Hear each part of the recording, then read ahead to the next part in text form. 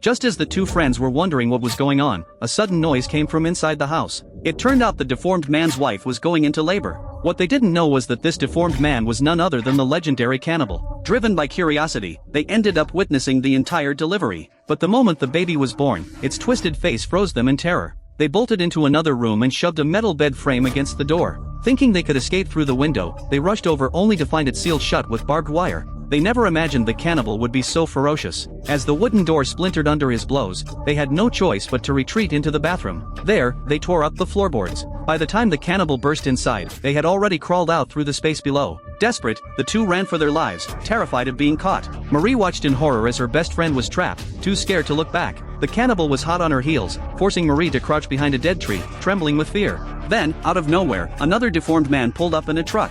On the flatbed was the corpse of Marie's friend. To make it worse, he was casually gnawing on raw chicken feet as if it were nothing. The next second, he tossed a severed hand right in front of Marie. Though she'd narrowly escaped death, the sight of her friend's fingers left her completely shattered. Only now did Marie realize the horrifying truth. The mountain folk here weren't just reclusive, they were deranged cannibals. Exhausted, she finally regrouped with her companions, frantically recounting what she had just experienced. But Jack didn't believe a word. He even laughed it off, convinced it was all special effects staged by the production crew. No matter how desperately Marie insisted, Jack refused to listen. Until Lisa spotted a strange mark seared into a piece of roasted meat. That mark wasn't random at all. It was the exact tattoo of another missing teammate.